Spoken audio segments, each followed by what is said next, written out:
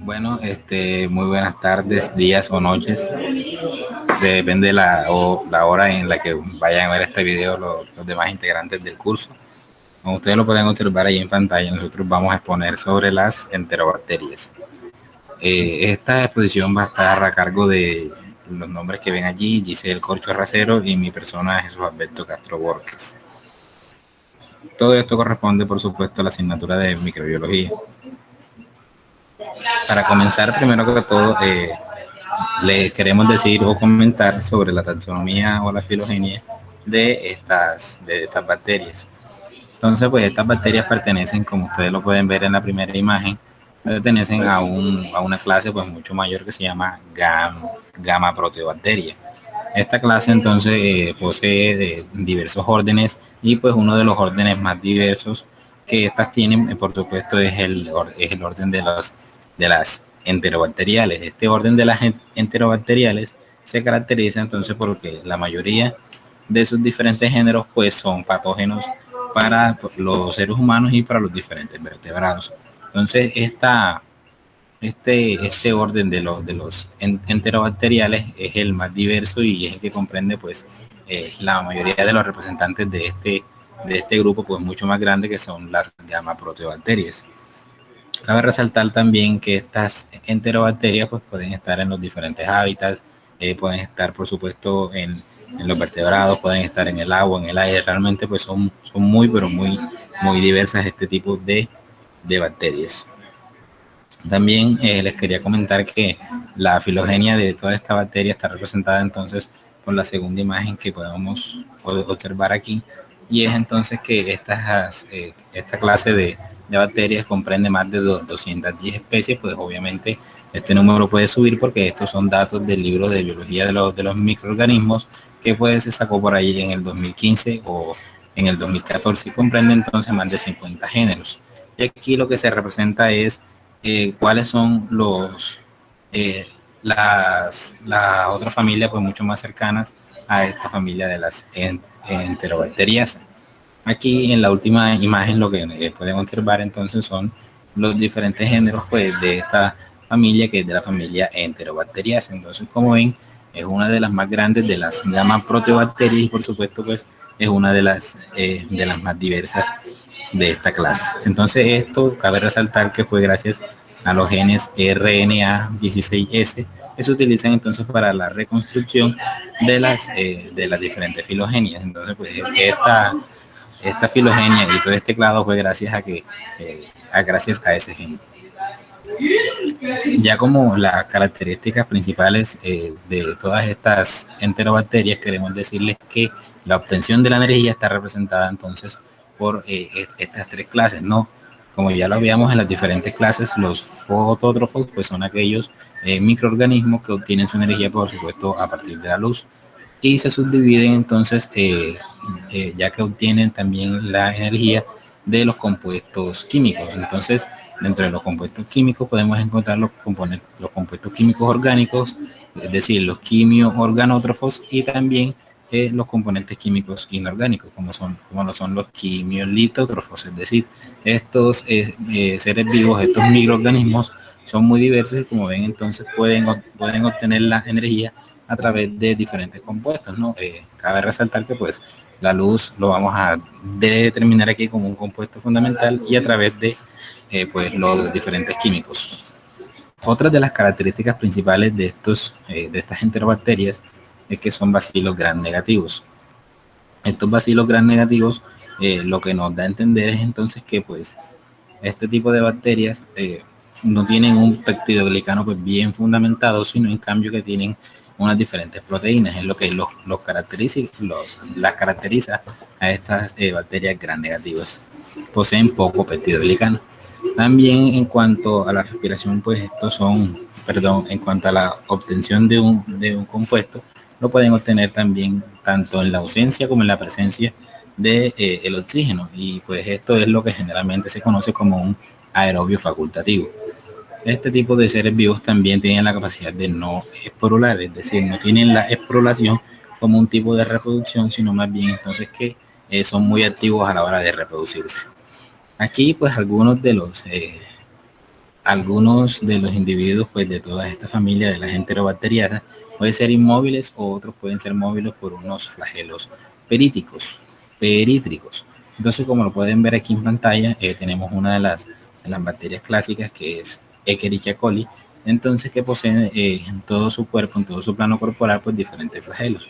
Y estos flagelos pues están bien dotados pues a lo largo de él. Entonces eso es lo que más bien es un carácter de identificación general de todas estas bacterias que tienen estos flagelos perítricos y se pueden distribuir a lo largo de su cuerpo.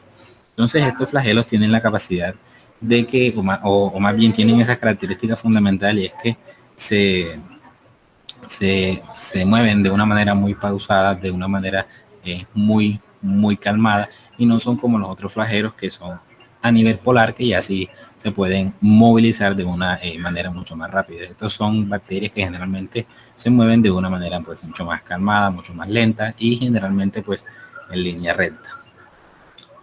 También estos animales tienen estos microorganismos tienen forma de varilla y pues fundamentalmente una característica básica de esta es que la fermentación puede ser a modo de ácido o fermentan la glucosa principalmente pues a modo de ácido y o dióxido de carbono. Ya vamos a ver mucho más adelante entonces este tipo de, las dos tipos de fermentación clásicas de la glucosa de estas enterobacterias, que de allí entonces es donde se puede hacer una discriminación entre los diferentes representantes de esta familia. La longitud sí es una longitud genérica de todas estas bacterias, porque pues de 1 a 5 micras. El hábitat sí es un hábitat pero muy variado, entonces como lo pueden observar, se puede encontrar en los diferentes vertebrados del reino animal y pues realmente se han extraído de los diferentes intestinos y de la flora intestinal de estos organismos. Entonces, pues también se puede encontrar en los diferentes hábitats, en el suelo, en la tierra, en el agua. Entonces, realmente, como ya lo dije anteriormente, pues son pero muy variados y la composición de estas entonces es múltiple. Pero eso no significa de que algunas de estas no se hayan especializado en un nicho fundamental, en un nicho limitado, perdón, como lo es esta bacteria que tenemos aquí en pantalla, como lo es Salmonella typhi. Entonces, esta únicamente se aísla en la flora intestinal de nosotros los seres humanos. Entonces, como ven, hay algunas que pueden ser mucho más patógenas, que pueden causar muchas más enfermedades. Ya mi compañera va a hablar un poco de eso. Y hay otras entonces que sí se pueden catalogar como bioindicadoras de la calidad de las diferentes entes donde estas estén. Entonces, como les comentaba, la diferenciación entre una bacteria u otra está basada básicamente en cómo estas fermentan la glucosa. Entonces, como ustedes lo pueden observar aquí, está la fermentación ácido mixta y está la fermentación butanodiólica. Entonces, en la fermentación ácido mixta, básicamente lo que se trata de hacer es que los ácidos son los que dan como esa mayor composición, ¿no? Y aquellas sustancias o compuestos como el CO2 y el H2, pues no están tan fundamentados en esta fermentación. En cambio, en la fermentación butanodiólica, pues ya los ácidos, digamos que se fermentan muy poco y sí están como que en mayor medida el butanodiol, el etanol, el CO2 y el H2. Cabe resaltar que estos tres sí están presentes en la fermentación ácido mixta, pero digamos que no se fermentan, no se generan más bien a esas grandes cantidades. Esto nos quiere informar entonces que aquí las proporciones de CO2 y H2 pues son ligeramente iguales. Lo contrario pasa acá en la fermentación butanodiólica, donde la concentración de CO2 pues es mucho mayor que la concentración de H2. Entonces este tipo de fermentaciones lo que hace es como que partir en dos y lograr una diferenciación de las diferentes bacterias, donde entonces los principales, los principales protagonistas de esta fermentación son los Escherichia, la Salmonella, la Shigella, la Citrobacter, la Proteus y la Yersinia. En cambio, entonces, esta fermentación butanodiólica estará representada por las Enterobacter, las Klebsiella, las Erginia y las Serratia. Entonces aquí en estas imágenes lo que tratamos de entender es entonces que la glucosa entonces pasa por un proceso de glucólisis, o sea, se fermenta, y entonces lo que se obtiene a partir de esa fermentación, por supuesto, son los diferentes ácidos. Entonces tenemos un lactato, tenemos un succinato y por supuesto pues un acetato, es decir, los tres ácidos que ustedes pueden ver aquí, el ácido acético, láctico y súmnico. Pero entonces tenemos en una menor proporción el CO2 y el H2. En cambio, entonces acá en esta fermentación butanodiólica, los ácidos no es que estén a la orden del día, sino en cambio entonces que tenemos una mayor proporción de butanodiol y una mayor proporción de CO2 y H2.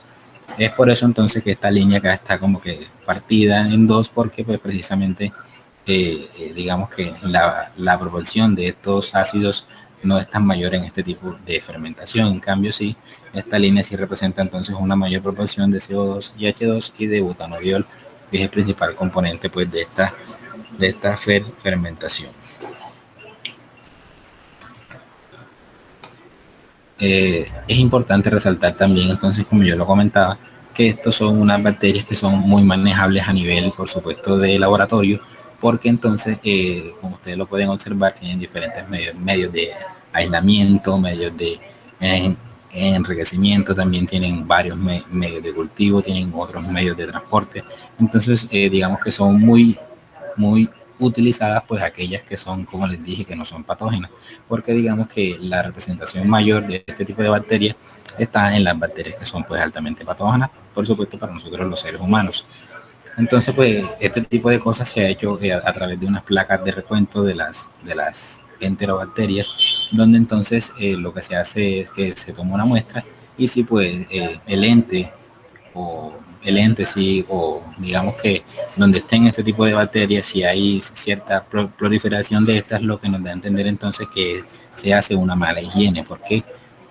Porque estas bacterias, digamos que son fácilmente quitadas, por decirlo así, por cualquier elemento higiénico, es decir, cloro u otra sustancia, pues pero muy fácilmente. Entonces son buenas bioindicadoras de la higiene de un sitio X, oye, porque son realmente fácilmente quitables de las diferentes superficies. Entonces, si hay cierta proliferación de estas bacterias, lo que nos da a entender que hay una mala higiene en el sitio en la cual se hizo pues esa evaluación, y esto se logra básicamente porque las que no son patógenas pues son bioindicadoras de la calidad de los ecosistemas, porque, perdón, de la calidad alimentaria también, porque también se han utilizado entonces para evaluar la calidad de higiene de diferentes alimentos, ya que pues son tan abundantes y son buenas bioindicadoras como ya lo resalté.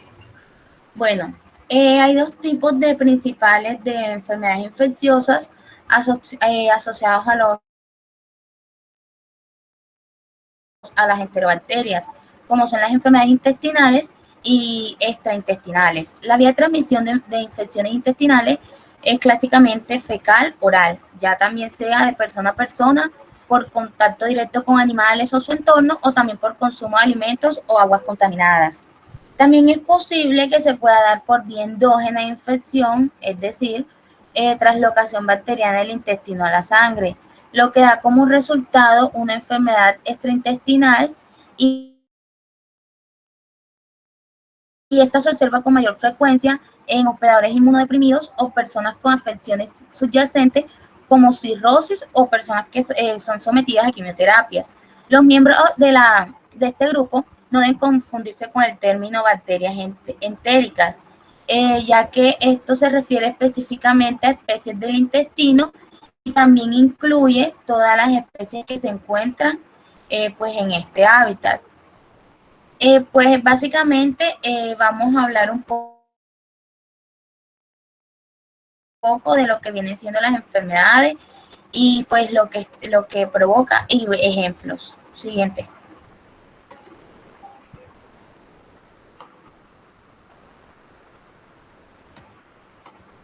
Bueno, como ejemplo tenemos que a nivel mundial la enfermedad diarreica es un problema grave para la salud pública tanto de infantes como niños. puede tener altas tasas de morbilidad y también mortalidad, especialmente pues en países que estén en vía de desarrollo. Las diarreas pues básicamente son de origen infeccioso de 2 a más agentes. Entre estos podemos señalar salmonella, shigella, vibrio, cholerae, yersinia, campylobacter, clostridium y Escherichia coli diarrigénico, entre otros. La más conocida es la Escherichia coli, puesto que es una enterobacteria de locación ubicua, pues esta fue descrita por primera vez en 1885 por un pediatra llamado Theodore von Escherichia, quien la denominó Bacterium coli. Posteriormente, pues ya los taxónomos la juntaron el nombre Escherichia coli, pues en honor a al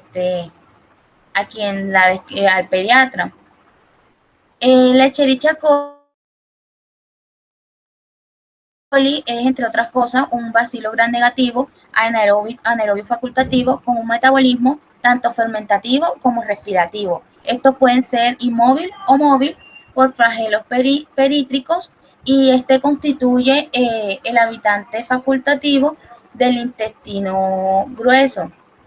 Esto se puede dar tanto en hombres como en animales de sangre caliente y, como lo dije anteriormente, es anaerobio facultativo y predomina en el intestino. También tenemos que es un miembro de la familia Enterobacteridae, y aunque la mayoría de las cepas de Escherichia coli no son patógenas, pueden ser patógenos oportunistas, ya que causan infecciones al hospedador inmunocomprometido. Esta bacteria es versátil y pues se adapta a las características del hábitat y puede crecer en un